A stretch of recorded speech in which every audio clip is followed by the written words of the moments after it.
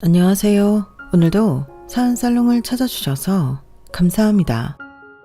저는 똥차를 보내고 벤츠를 만난 30대 여성입니다. 저는 3년 전에 4년간의 결혼 생활을 정리하고 이혼을 했어요. 이혼을 하고 그때 가장 많이 들었던 말이 똥차 가고 벤츠 온다는 흔하디 흔한 말이었어요. 정말 흔한 말이죠? 여러분들도 헤어진 친구에게 저런 말을 하면서 위로를 해본 적이 있을지도 모르겠어요. 물론 저도 헤어진 친구에게 저런 말을 하며 위로를 했던 것도 같고요. 하지만 막상 제가 들으니 저 말이 위로가 안 되더라고요. 그냥 흘려들었어요. 똥차 가고 벤츠 온다니 너무 뜬구름 잡는 이야기이기도 하고, 그때만 해도 저는 제 이혼이 한 번의 실패라고 생각해서 고작 그런 말로 위로가 되지 않았어요. 그리고 애초에 저는 이혼을 하고 다른 사람을 만날 생각이 없었기도 했고요. 다시 사랑을 할 수 있을까 하는 근본적인 의문도 들었어요. 그렇게 저는 하루하루 저를 갉아먹으며 시간을 보냈어요. 그런데 놀랍게도 인연이라는 게 정말 있는 건지, 동굴 속에 있던 저는 한 줄기의 햇빛처럼 반짝이는 벤츠보다 더 멋진 지금의 남편을 만났어요. 똥차 가고 벤츠 온다고 친구들이 저에게 걸었던 주문이 답을 하는 순간이었어요. 그리고 제 멋진 남편은 이혼 뒤에 훅폭풍처럼 닥친 저의 서름과 좌절을 기사님처럼 물리치고 새로운 시작을 할 수 있도록 도와줬어요. 그래서 이런 멋진 남편을 자랑하고 싶어 사연을 보내요. 저는 7년 전 같은 대학을 나온 화학과 동기로부터 남자 한 명을 소개받아요. 제 대학 동기가 공부를 참 잘해서 대기업 연구원으로 입사했거든요. 남자는 같은 연구소를 다니는 선배 연구원이었어요. 선배가 아무나 소개시켜 달라고 해서 나한테 부탁하는 거 아니야? 설마, 그럼 내가 너한테 부탁 안 하지. 그렇게 난감한 상황은 아니었어. 나랑 친한 선배고 잘 챙겨주고 믿음직한 선배야. 평판도 좋고. 어때? 해볼래? 너 안 그래도 나랑 결혼할 사람 부럽다며. 초봉인데 그 정도 받고 보너스도 많이 나오고 복지도 좋다고. 그건 그런데 아무리 그래도 헤어진 지 얼마나 됐다고 소개를 받아. 소개받을 사람한테나 전에 만난 사람한테나 예의가 아니지 않아? 맞아요. 그때 제가 길다면 길고 짧다면 짧을 4년간의 연애를 끝낸 지 얼마 되지 않았던 때였어요. 몇 개월 지났을까요? 그렇지만 대학 동기가 저한테 한 말처럼 저는 대학 동기와 같은 연구한 남자친구 잘 만나서 결혼을 하는 것도 나쁘지 않을 것 같다고 생각해왔어요. 그때 저는 지금 저에게 이런 소개팅이 들어온 게 기회가 아니라고 할 수는 없었어요. 그리고 제가 그런 생각을 한다는 걸 친구가 간파했죠. 그리고 너 4년만 단 오징어 자식이랑 헤어진 이유도 결혼 때문이잖아. 그 자식은 틀려먹었어. 결혼 생각도 없는 자식이 무슨 연애를 4년씩이나 해? 더군다나 너는 결혼을 하고 싶어 하는데 그런 자식을 두고 뭐? 예의? 웃기지도 않아. 그런 거 하나하나 신경 쓰면 아무도 못 만난다? 그리고 이 선배는 그렇게 몰상식한 사람 아니야. 사실 이건 말하지 말라고 했는데 선배가 우연히 네 사진 보고 다리 좀 놔달라고 그런 거야. 아무나가 아니라 너 마음에 들어 한다고. 공부를 워낙 잘했던 애라 그런지 대학 동기는 저에게 오목조목 맞는 말만, 전국을 찌르는 말만 하더라고요. 사실 맞거든요. 4년이나 만난 남자친구는 사실 비혼주의자였고 그걸 4년 내내 속였어요. 제가 서로 결혼할 때가 되어서 언제쯤 할 생각이냐 물으니 뻔뻔하게 자기는 결혼 생각이 없다고, 앞으로도 없을 거라고 그랬죠. 그때의 배신감이란 이루어 말할 수도 없었어요. 그러니 제가 대학 동기에게 남자를 소개받지 못할 이유도 없는 것 같더라고요. 그럼 그 선배는 어떤 사람인데? 저는 결국 대학 동기에게 제가 소개받을 남자에 대해 물었어요. 그러자 신이 난 대학 동기가 이런저런 얘기를 해줬어요. 들어보기로 제가 소개받을 선배 연구원은 성실하고 재능이 있고 평판도 좋고 그래서 빠른 속도로 승진했으며 여자 보기를 돌같이 한대요. 그래서 대학 동기도 저를 소개시켜달라고 하는 선배를 보고 당황했다고 해요. 이런 사람이 아닌데 싶었다고요.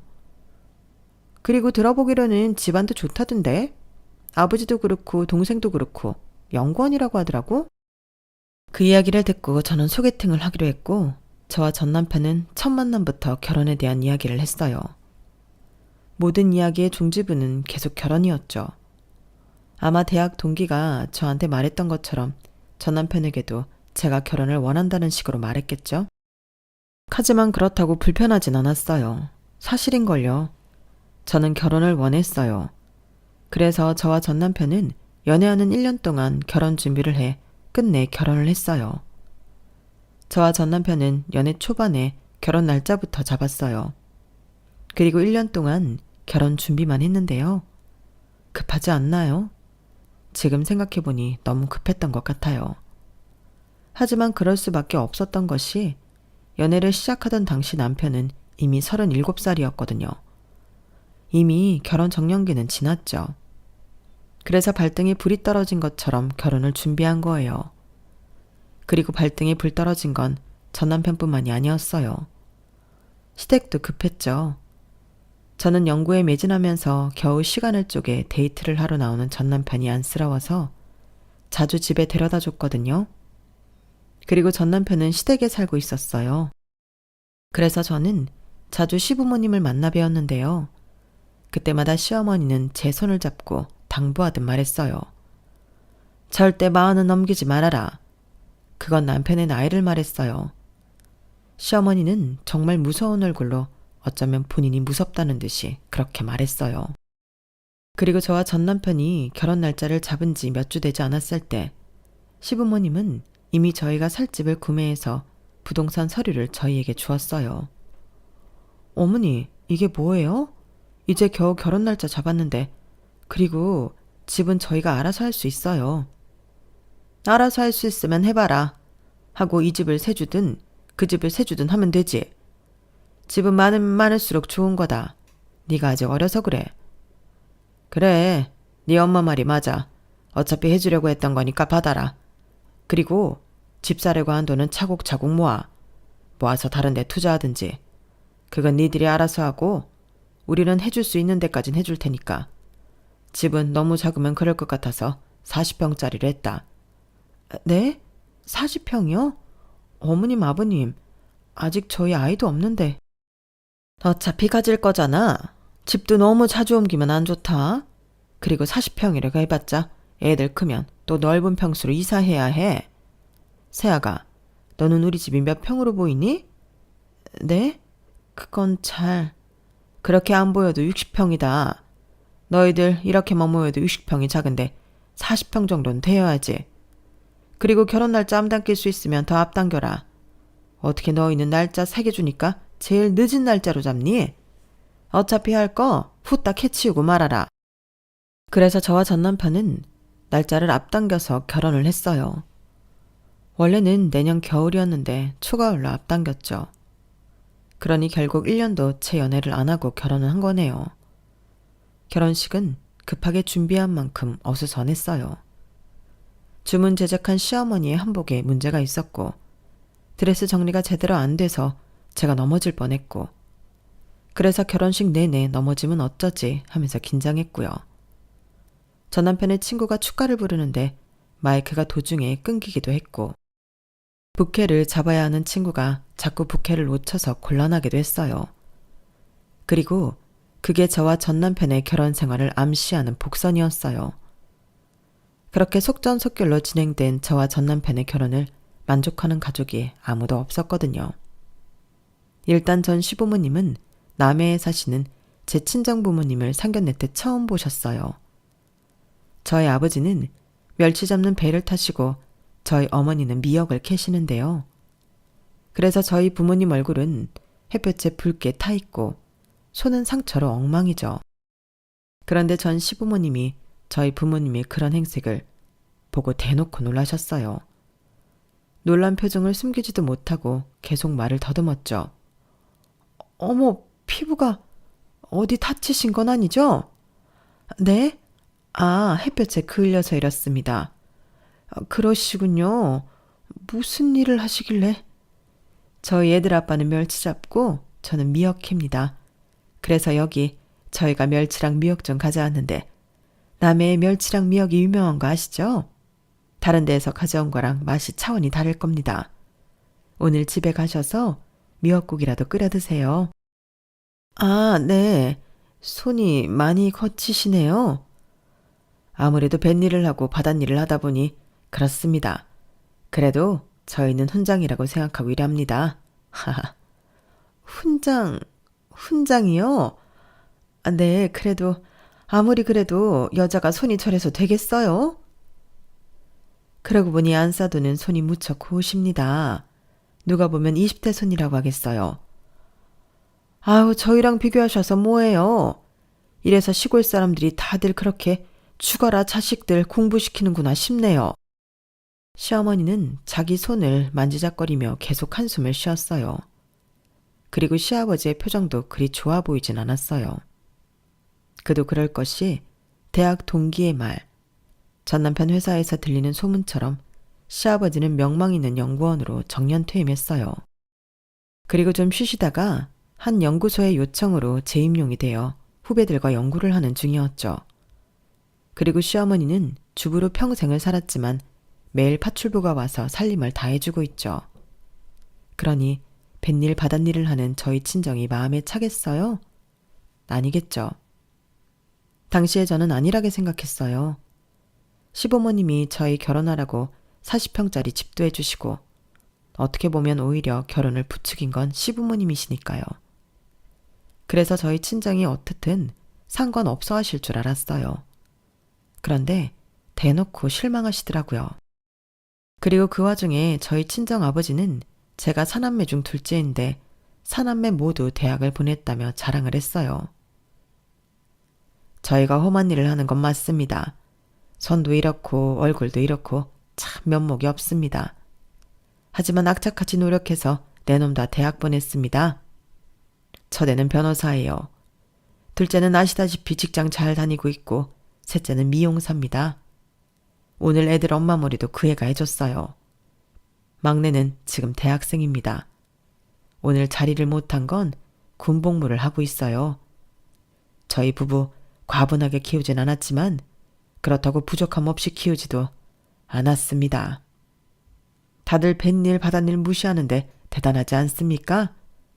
이놈들 다 대학 보내서 자기 밥벌이 하고 있다는 게 제 자랑거리입니다. 아, 네, 좋으시겠어요. 그렇다고 자기 애들한테 이놈 저놈은 좀 아니지 않습니까? 교양 없이. 그리고 저희 애들은 다 박사입니다. 저희 남편도 박사고요. 저도 그 시대에 대학까지 나왔어요. 저는 영문학 전공입니다. 아직도 영문서를 읽죠. 이걸 보고 하룻강아지 법무서인 줄 모른다고 하나요?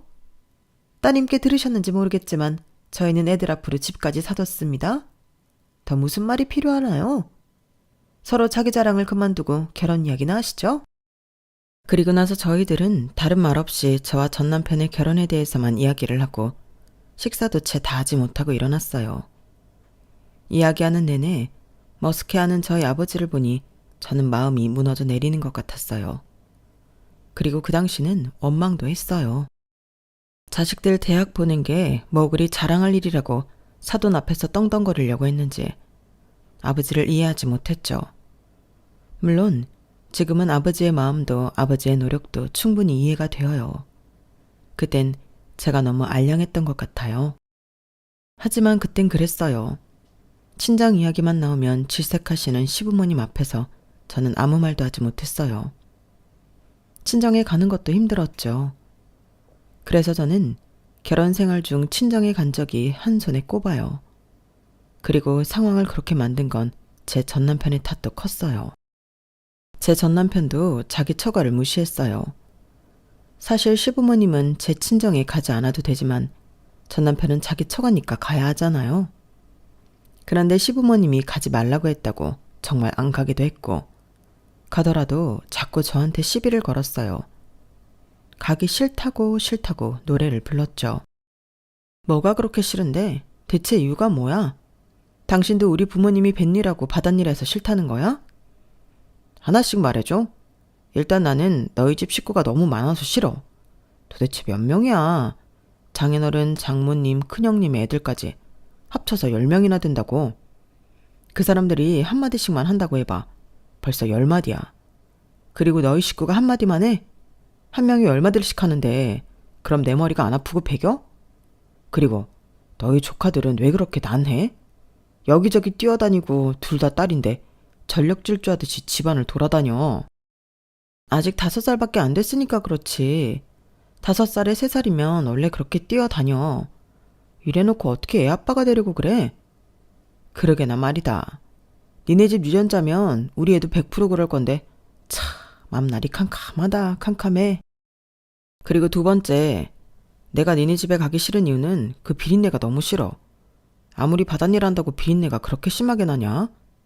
그리고 바닷일하면 생선이나 해조류 같은 건 지겨운 거 아니야? 왜 그렇게 갈 때마다 나오지? 공짜로 받아오는 거라서 그런가?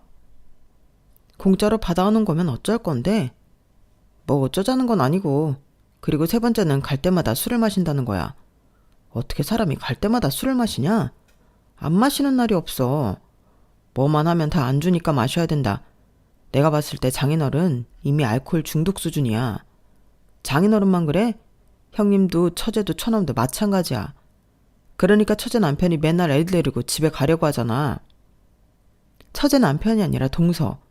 그리고 술은 자기도 좋아하잖아. 반주하고. 이거랑 그거랑 같아? 판단이 안 돼? 그리고 가르치려고 들지 마. 고작 대졸 주제. 아 그래. 나는 장인어른이 니네 대학 보냈다고 유세 부리는 것도 싫어. 아니 요새 대학 안 보내는 부모가 어딨냐? 그게 뭐라고. 그게 뭔데 유세를 부려. 그럼 나랑 시훈이 다 박사까지 따게 한 우리 엄마 아빠는. 하룻강아지 법무서운 줄 모른다는 말이 딱 맞아. 그때 얼마나 웃겼는 줄 알아? 지금도 생각하면 웃겨 죽겠다. 매번 친정에 갈 때마다 전 남편은 똑같은 레파토리로 제 친정을 비난했고 저는 지겨웠어요. 그리고 저 또한 전 남편과의 결혼 생활에 만족하지 못했죠. 전 남편은 결혼 전만 해도 아무 말을 하지 않다가 결혼을 하고 나니 제게 일을 그만둘 것을 요구했어요. 전에는 그런 말 없었잖아. 갑자기 왜 그래? 갑자기라니. 내가 누누이 말했잖아. 나는 아내가 집에 있는 게 좋아. 집에서 살림하고 밥 차리고 나중에 애 낳으면 애 키우고 우리 애 가질 거잖아. 나는 딱 싫은 게 임신 중일 때 일하는 거야. 그리고 애 낳고 복직하는 거 그거 자기 학대 같지 않아? 그리고 주변 사람들한테도 피해야. 왜 나뿐만 아니라 주변 사람들을 안절부절하게 만드는데? 그게 무슨 말이야. 나를 위한다는 거야 아닌 거야? 널 위하는 거지. 너만 위하는 건 아니지만. 아무튼 그러니까 사직서 내. 네가 사직서 낸다고 아쉬워할 사람 없어. 다들 예상했을걸? 너 결혼식 왔을 때부터. 그리고 네가 그만둔다고 우리 생활 달라지는 것도 없어. 네 월급 그거 얼마나 됐다고. 안 그래? 그리고 전 남편은 시부모님에게도 이야기를 했는데 제가 아이를 가져야 하는데 일을 그만두지 않는다는 식으로 말했어요. 그래서 시어머니의 특단의 조치가 있었어요. 시어머니는 제가 출근하는 시간에 저희 집을 찾아와 함께 회사까지 가자고 했어요. 무슨 일 있으세요? 네가 네 발로 사직서를 내든지 내가 너 대신 사직서를 내든지 하자. 그런 말을 하시는 거예요. 결국 시어머니는 제가 사직서를 쓰고 내려올 때까지 차에서 기다리고 있었어요. 그리고 제가 사직서를 쓰고 내려오자 시어머니가 자주 가는 카페에 가서 팬케이크를 사주셨어. 너무 열낼 것도 없어. 어차피 아이 가지면 일은 그만두게 되어 있다. 그리고 일이야 나중에 애 좀 키워서 네가 정하고 싶으면 하면 되는 거야.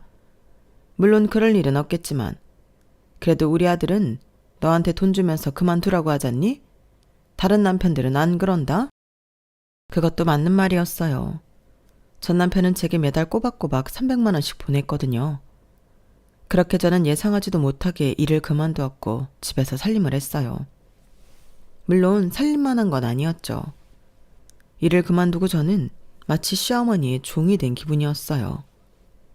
처음에 시어머니는 남편이 출근하고 난 뒤인 오전 10시만 되면 저에게 전화를 해서 시댁에 오도록 했어요. 그리고 매일 시댁에 오던 아줌마에게 살림을 배우도록 했어요. 가끔 너희 집에 가면 살림이 엉망이더라. 누가 오기라도 하면 어쩌려고 그러니? 그 집안 꼴을 보였다간 집안 망신이다 망신. 그러니까 이모한테 잘 배워놔. 배워서 나쁠 거 하나 없어. 너도 이제 제대로 살림해야지. 안 그러니? 돈도 받는데 그 정도는 해야지. 그래요. 처음엔 시어머니의 말이 틀린 말은 아니라고 생각했어요. 300만 원이나 받는데 그게 쉬운 일인가요? 저도 가정의 일원이니 노력을 해야 한다고 생각했어요. 그리고 저희 어머니가 제게 살림을 가르친 적이 없거든요. 대학에 가라고, 대학 가면 일할 건데 뭐하러 그런 일을 하냐고 가르치질 않았어요.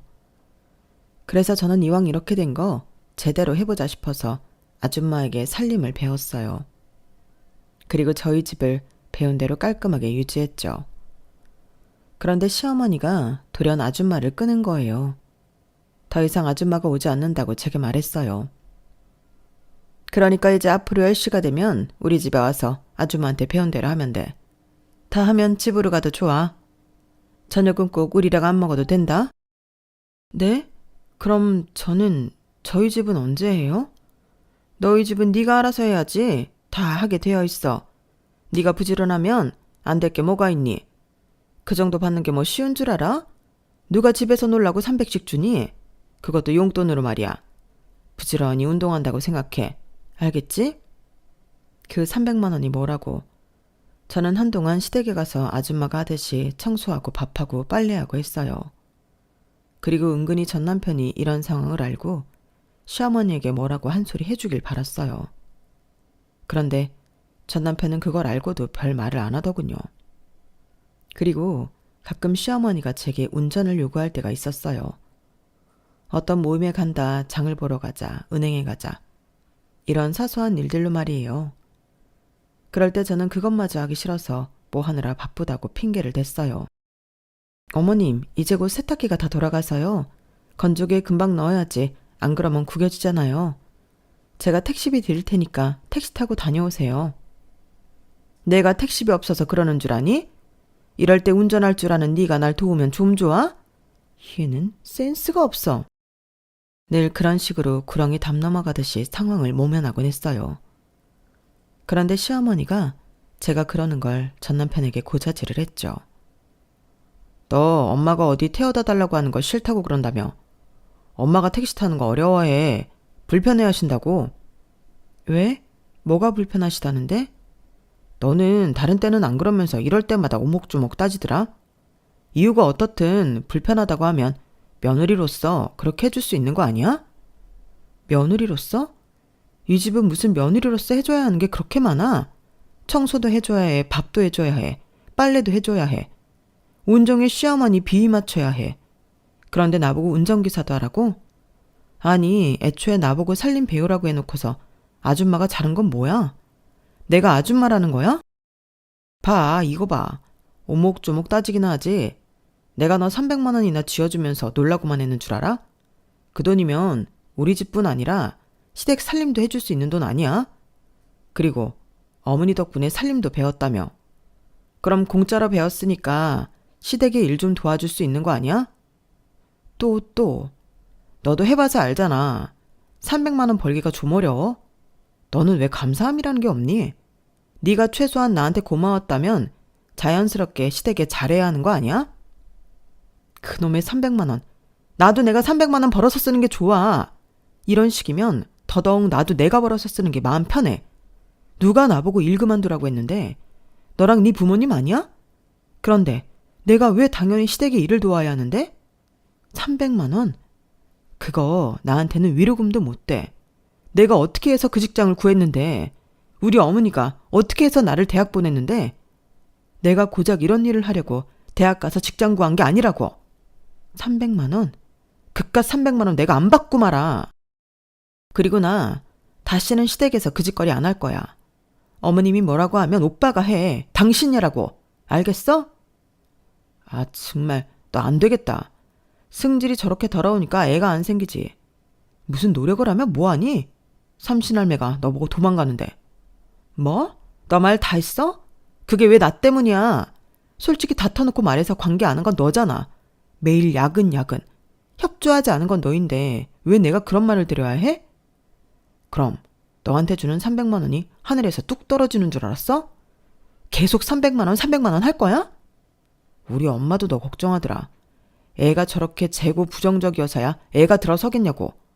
애가 오려다가도 놀라서 도망가겠다고 그러던데? 하, 그래서 애가 안 들어서는 것도 내 탓이라고? 아주 시계 안 돌아가는 것도 내 탓이라고 하지?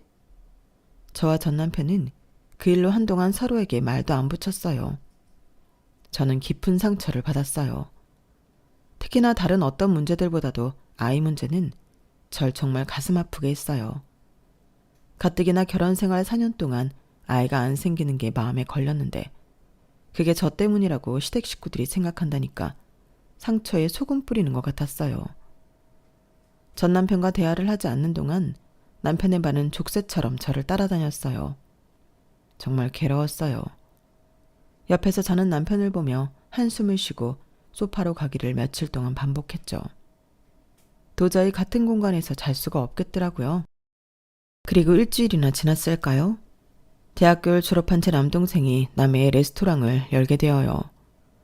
남해의 특산물을 중심으로 한 레스토랑이에요. 오픈한 지 일주일밖에 안 됐는데 사람이 붐빈다고 하더라고요.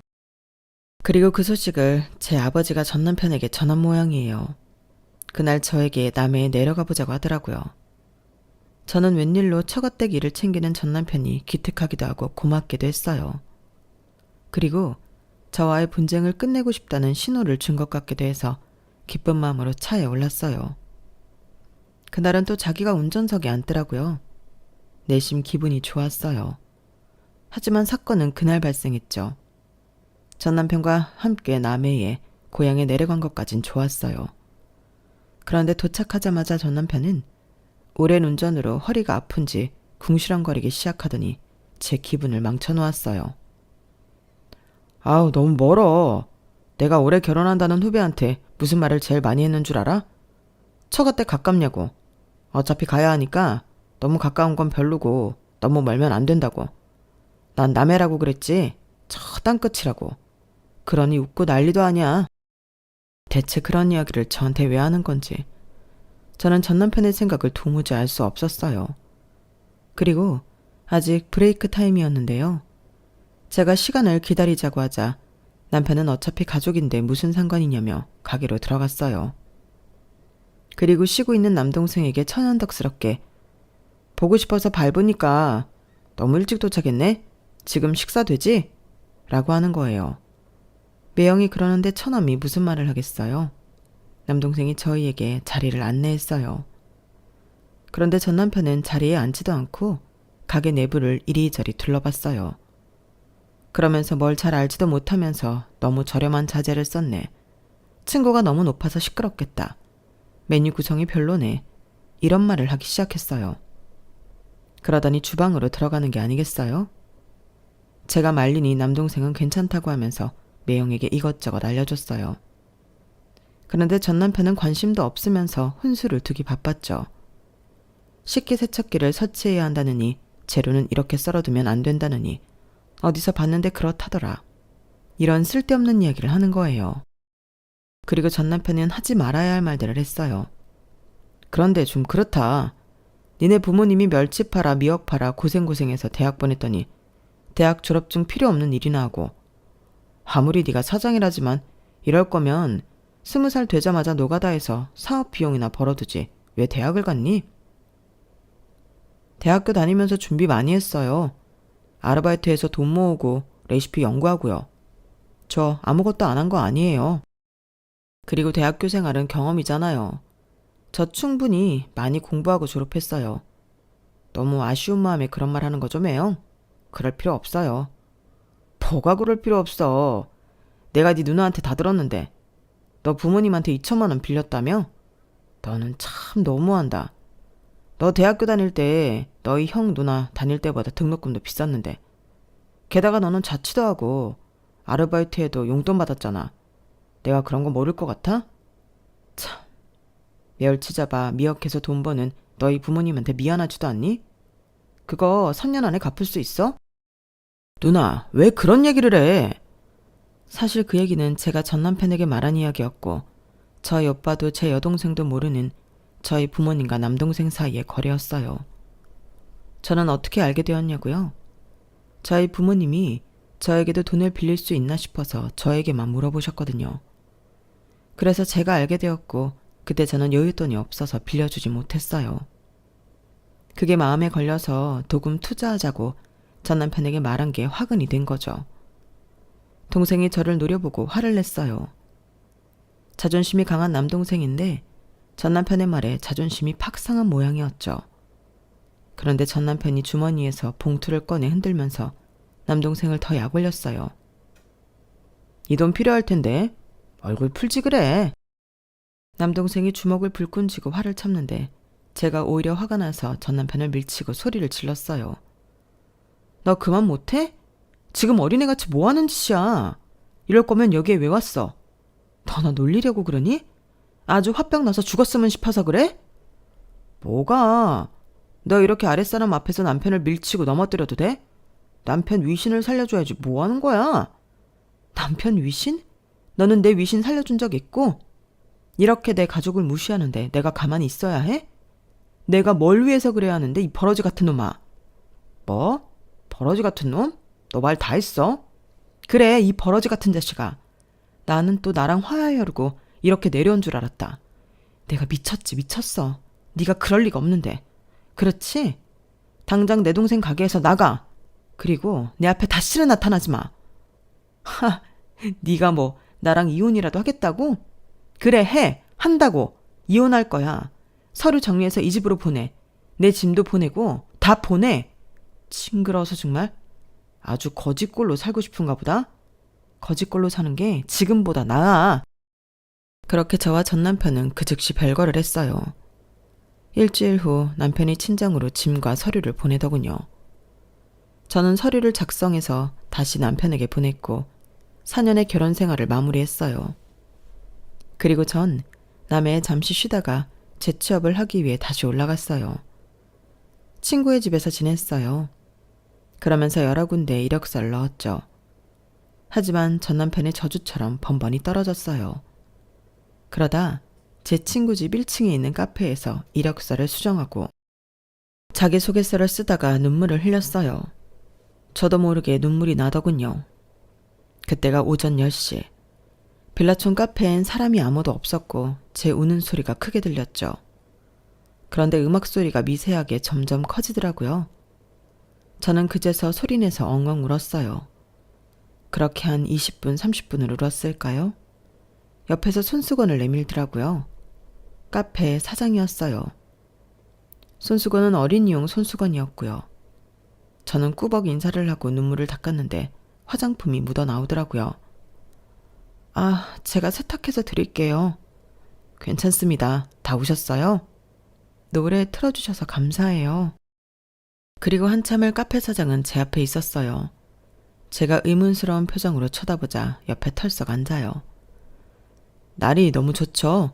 투명하고 울기 딱 좋은 날이에요. 저도 울고 싶은데 평생 울 거 다 울어서 이제 눈물이 안 나요. 별로 궁금하진 않았는데 저는 눈물을 삼킬 겸 듣고 있었어요. 카페 사장은 자신의 인생사를 이야기하더군요. 왜 우시는 건지 잘 모르겠지만 제가 울었던 이유는 사랑 때문이에요. 웃기죠? 이 얼굴에 사랑 때문에 울었다니. 그런데 사람마다 실밥 같은 사랑 하나쯤은 있잖아요. 저는 대학교 캠퍼스 커플이었어요. 7년 정도 장기 연애를 하고 아이가 생겨서 결혼을 했죠. 그런데 아이가 돌도 지나지 않아서 와이프가 직장 상사랑 바람이 났어요. 놀랍죠?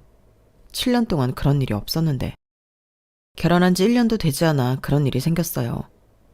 그런데 이미 깨진 신뢰는 회복할 수 없더라고요. 그건 이미 망한 관계니까요. 그래서 미련 없이 이혼했어요. 그런데 웃긴 게 이혼을 하고 반년 뒤에 전 와이프가 저를 찾아왔어요. 다시 합치자고요. 눈물이 점점 말라가더라고요. 그리고 저는 이내 카페 사장의 말에 집중해 반응을 보였어요. 왜요? 바람 피워놓고서 왜? 그러게요. 친구에게 들어보니까 그 상사가 유부남이래요. 그쪽도 정리를 안 하니 불안했겠죠? 어머, 어떻게 그런 일이 있어요? 사실 저만 있으면 별로 문제가 안 되는데 아이가 있어서 결국엔 접근 금지 내리고 살고 있어요. 언제 찾아올지 모른다는 불안감 늘 있고요. 하루 종일 할 수 있으면 아이를 끼고 살아요. 저기 보이죠? 카페 사장이 손가락으로 가리킨 곳에는 작은 방이 있었어요. 저 방이 우리 유미 방이에요. 우리 유미는 5살, 사과를 닮은 아이랍니다. 저는 손수건으로 얼굴을 가리고 웃었어요. 그리고 답장하듯 저도 제 이야기를 했어요. 제 이야기를 듣더니 카페 사장은 몹시 화를 내며 시대착오적인 시댁이라는 표현을 썼어요. 요새도 그런 사람들이 있냐고요. 이제 슬슬 돈도 떨어지고 다시 내려가야 할 것 같아요. 제가 이렇게 말하자 카페 사장은 여기서 일을 하라고 했어요. 아르바이트생으로 써주겠다고요. 저는 마다할 이유가 없었어요. 친구의 집이 있는 건물 1층이라 오고 가기 용이하다는 게 특히나 좋았죠. 그래서 저는 카페에서 일을 하기 시작했고 사장과 연애를 하게 되었어요. 쉬운 결정은 아니었어요. 사연 있는 애딸린 돌싱남과의 연애였으니까요. 물론 사람이 좋다는 건 겪어보니 확신이 섰어요. 정말 좋은 사람이었어요. 다정하고 성실하고 섬세하고 뭐 하나 흉볼 게 없는 사람이었죠. 그리고 그건 친구도 인정했어요. 그래, 좋은 사람인 건 나도 알아. 너보다도 먼저 그 카페에 다니고 오고 가며 봤으니까. 하지만 애 아빠야. 갓난쟁이도 아니고 5살 딸을 가진 아빠라고. 너 감당할 수 있겠어? 아니, 니네 부모님 설득할 수는 있겠어? 지금 당장 결혼하겠다는 것도 아니고 연애하겠다는 건데 부모님 이야기까지 나와야 해? 너무 앞서 나가지 마. 너 안일하게 생각하지 마. 이건 단순한 연애가 아니야. 아이가 있기 때문에 그럴 수가 없어. 마음 단단히 먹고 결정할 일이야. 저도 모르지 않았지만 친구가 그렇게 말하니 다시 한번 이 관계를 곱씹게 되더라고요. 그리고 친구의 예상과 다르게 저는 이 연애를 어쩌면 결혼을 이끌고 가야겠다는 결론을 내렸어요. 왜냐하면 이상하게 사장의 딸 유미가 마음에 걸리더라고요. 제가 카페에서 일을 하면서 유미와 부쩍 친해졌거든요. 사장이 시키진 않았어요. 제가 하고 싶어서 유미의 끼니나 간식을 챙겨주고 숙제를 봐주고 그랬어요. 손님이 없을 땐 골목에서 뛰어놀기도 하고요. 그러다 유미와 약속을 하고 일을 하지 않을 때나 카페가 쉴 때 놀이터에서 만나거나 키즈카페에 데려가기도 했어요. 둘이서요. 유미가 저를 이모라고 부르지 않으면 모두 제 딸이냐고 했어요. 그래서 은근히 유미가 저를 부르지 않는다는 것도 알았고요. 평소에는 이모 하면서 저를 자주 부르던 애가 말이에요. 그런 모습을 보면 좀 짠하고 그랬죠. 하지만 불쌍하진 않았어요. 유미가 불쌍하다기보다는 왠지 모르게 그럴수록 제가 더 해주고 싶다는 생각이 들었던 것 같아요. 무슨 기분이었는지 설명이 잘 안 되네요. 그리고 저는 그 가족의 분위기가 부러웠어요. 사장과 유미는 제일 꼭대기층에 살아요. 그리고 옆집이 사장의 부모님 댁이죠. 그들은 자주 함께 모여 외식을 하고 카페에 내려와 담소를 나누는데 그 모습이 너무 단란해 보였어요. 사장의 말로는 사장이 급하게 결혼을 하고 이혼을 할 때까진 따로 살 만큼 사이가 원만하지 않았대요. 그러다 사장이 이혼을 하고 세 사람이 합심해서 유미를 키우면서 다시 사이가 좋아졌다고 해요. 그들을 보면 정말 유미가 세 사람을 똘똘 뭉치게 하고 있다는 게 느껴져요. 모두 유미를 보고 있고 모두 유미를 챙기고 사랑하면서 가족의 정을 마르지 않는 샘물처럼 흘러 내놓고 있었죠. 저는 이전에 결혼을 실패해서 그런지 그런 모습이 너무 예뻐 보였어요. 솔직히 말하면 저도 그 가족의 일원이 되고 싶다는 생각을 했던 것 같아요. 그냥 물 흐르듯 그런 생각을 했어요. 그렇게 저는 카페 사장, 지금의 남편과 연애를 시작했고 2년 정도 연애를 한 뒤에 결혼을 했어요. 결혼을 한 뒤에 저는 친구의 집에서 나와 4층으로 남편의 집으로 들어갔어요. 평수가 좁은 편이 아니어서 셋이 살기에 적당했어요. 그리고 저는 결혼을 해서도 카페에서 일을 했어요. 남편이 카페를 전적으로 저에게 맡겼거든요. 그리고 남편은 저와 연애할 때 오픈한 이자카야에 집중했어요. 이자카야는 카페 옆에 있었고 저는 카페 마감을 한 뒤에 남편에게 가서 일을 돕거나 유미와 단둘이 시간을 보내거나 했어요. 모든 일이 이상무였어요. 문제될 게 하나도 없었죠. 특히나 저는 시댁에 참 만족을 했어요. 저는 너무나도 단란한 가족 사이에서 제가 방해가 되지 않을까, 혹은 전처럼 시댁이 저를 옥죄이지 않을까 걱정했거든요. 그런데 둘 다 아니었어요. 시댁은 저를 두 팔 벌려 반겼고 저의 존재에 감사했으며 오히려 결혼을 하니 좀 더 거리를 두시더라고요. 결혼 전에는 서로 현관문을 열고 드나드는 것 같더니 결혼하고 나서는 옆집인데도 전화를 미리 주시고 문 앞에 서 계세요. 그리고 진지하게 이사를 고민하시길래 웃으며 그러지 않아도 된다고 제가 말했죠. 그런 식의 배려가 처음이다 보니 낯설기도 했지만 감사했어요. 저는 결혼을 2번이나 하는 것이어서 이번에는 정말 잘하고 싶었어요. 그런데 주변에서 이렇게 도와주니 참 고마웠죠. 걱정하던 친구들도 제가 잘 사니 안심하는 것 같았고요. 그런데 어느 날 제 치부가 가게로 들어오더라고요. 빌라촌이라 전 남편이 방문할 거란 생각을 일절도 하지 않았어요. 전 남편도 제가 여기에 있을 줄은 몰랐는지 무척 놀라는 표정을 짓더니 동료들 보고 자리에 앉아 있으라고 하더군요. 저를 아는 동료들도 있었어요. 휴대폰으로 서로 메시지를 보내며 낄낄거리더군요. 정말 기분이 나빴어요. 무슨 일이야? 카페에 커피 마시러 왔지. 여기서 일하나 봐? 안 보이나 했더니 꼭꼭 숨어 있었네. 그리고 저를 아래 위로 기분 나쁘게 훑어보더군요. 내가 그랬지. 이혼하면 너 거지꼴 된다고. 봐, 이게 뭐야? 후회하지? 매달 그냥 받던 300만 원 일해서 받으려니까 죽겠지? 아니, 300만 원은 받나? 그때 쇼케이스에 다리를 손보느라 밑에 앉아있던 남편이 일어났어요. 주문 안 받아요? 아, 네, 주문하시겠어요? 뭐야 저 사람은? 사장이야? 일하는 분위기 한번 죽여준다. 여기서 제일 만들기 어려운 거 4잔 줘. 남편이 주문을 듣고 아이스 아메리카노 4잔을 뽑았어요. 그리고 앞에서 기다리는 전 남편에게 툭 놓았죠. 건물주 와이프한테 꼴랑 300만 원 가지고 유세 부리지 말고 이거 들고 썩 꺼져. 남편의 한마디에 전 남편은 화들짝 놀라서 저를 쳐다봤어요. 건물주 와이프? 너 또 결혼했냐? 그러자 남편은 제 왼손을 전 남편에게 보여줬어요. 남편 손이 화끈거리는 게 화가 많이 난 것 같았죠. 남의 와이프한테 반말 찍찍하지 말고 아주 귀한 곳에 누추한 분이 오셨네요. 썩 꺼졌으면 좋겠지만 몇 마디 듣고 나가세요. 나도 익히 들어서 알고 있어요. 그놈의 300만 원. 아직도 그 소리를 하네. 300만 원이 그쪽한테 쉬운 돈은 아니었나 봐. 이렇게 누누이 말하는 거 보면. 이봐, 내가 와이프랑 동갑이니까 나보다 떡국 7그릇은 처먹은 사람아. 행복은 돈에서 나오는 게 아니야. 나도 꽤 벌거든요. 이 건물 내 건물이라 월세 다 받고 있고 카페 수익, 이자카야 수익 다 치면 당신 월급보다 몇 배는 많아. 그래서 내가 아는데 행복은 돈에서 오는 게 아니에요. 그러니까 자기 사람 하나 행복하게 해주지 못한 주제에 그깟 300만 원 가지고 사람 우습게 만들지 마세요. 그리고 처가 식구들이 당신을 참 미워합디다.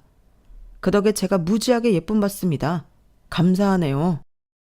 그리고 남자가 쫌생이같이 왜 일을 그만두게 합니까? 부부여도 자기 인생이 있는 겁니다. 이래라 저래라 할 권리가 없단 말입니다. 박사까지 해서 배우신 분이 그거 하나 모르면 되겠어요? 아, 말해두는데 난 고졸입니다. 고졸한테 이런 소리 들어서 분이 상하겠어요? 다시 볼 사이가 아니라서 더 하고 싶은 말이 많지만 임산부 앞에서 나쁜 이야기해서 좋을 거 없잖아요? 임산부? 나 임신했어? 남의 와이프한테 너너하지 말고요. 썩 꺼지세요. 태교에 안 좋습니다. 자기 정자 늙은 건 생각도 안 하고. 전 남편은 눈빛이 흔들리더니 주랭랑을 쳤어요. 그리고 남편은 제게 캐모마일을 한 잔 타주면서 안정을 취하게 했죠. 남편이 말한 건 다 사실이에요. 알고 보니 이 건물은 남편 건물이었고 남편은 전 남편보다 많이 벌면서 저를 윤택하게 만들어줬어요. 그리고 저는 결혼한 지 얼마 되지 않아 자연 임신을 해 이제 16주에 접어들었어요. 행운에 행운이 따르는 일의 연속이었죠. 저는 따뜻한 차를 마시며 주랭랑을 치던 전 남편을 떠올렸어요. 우습더라고요. 속이 다 시원하고요. 어떻게 그런 말을 할 생각을 했어? 자기한테 그렇게 대하는데 화가 안 나고 배겨? 욕하고 싶은 걸 꾹꾹이 때문에 기어코 참았어. 저는 남편의 손을 꼭 잡고 웃었어요. 앞으로 제 앞날엔 밝은 빛만 가득할 것 같아요. 제 사연은 여기서 끝입니다. 여러분들에게 지금 똥차가 길을 들이막고 있다면 길을 터주세요. 가게 두세요. 그러면 언젠가 그 다음엔 멋진 벤츠가 나타날 테니까요.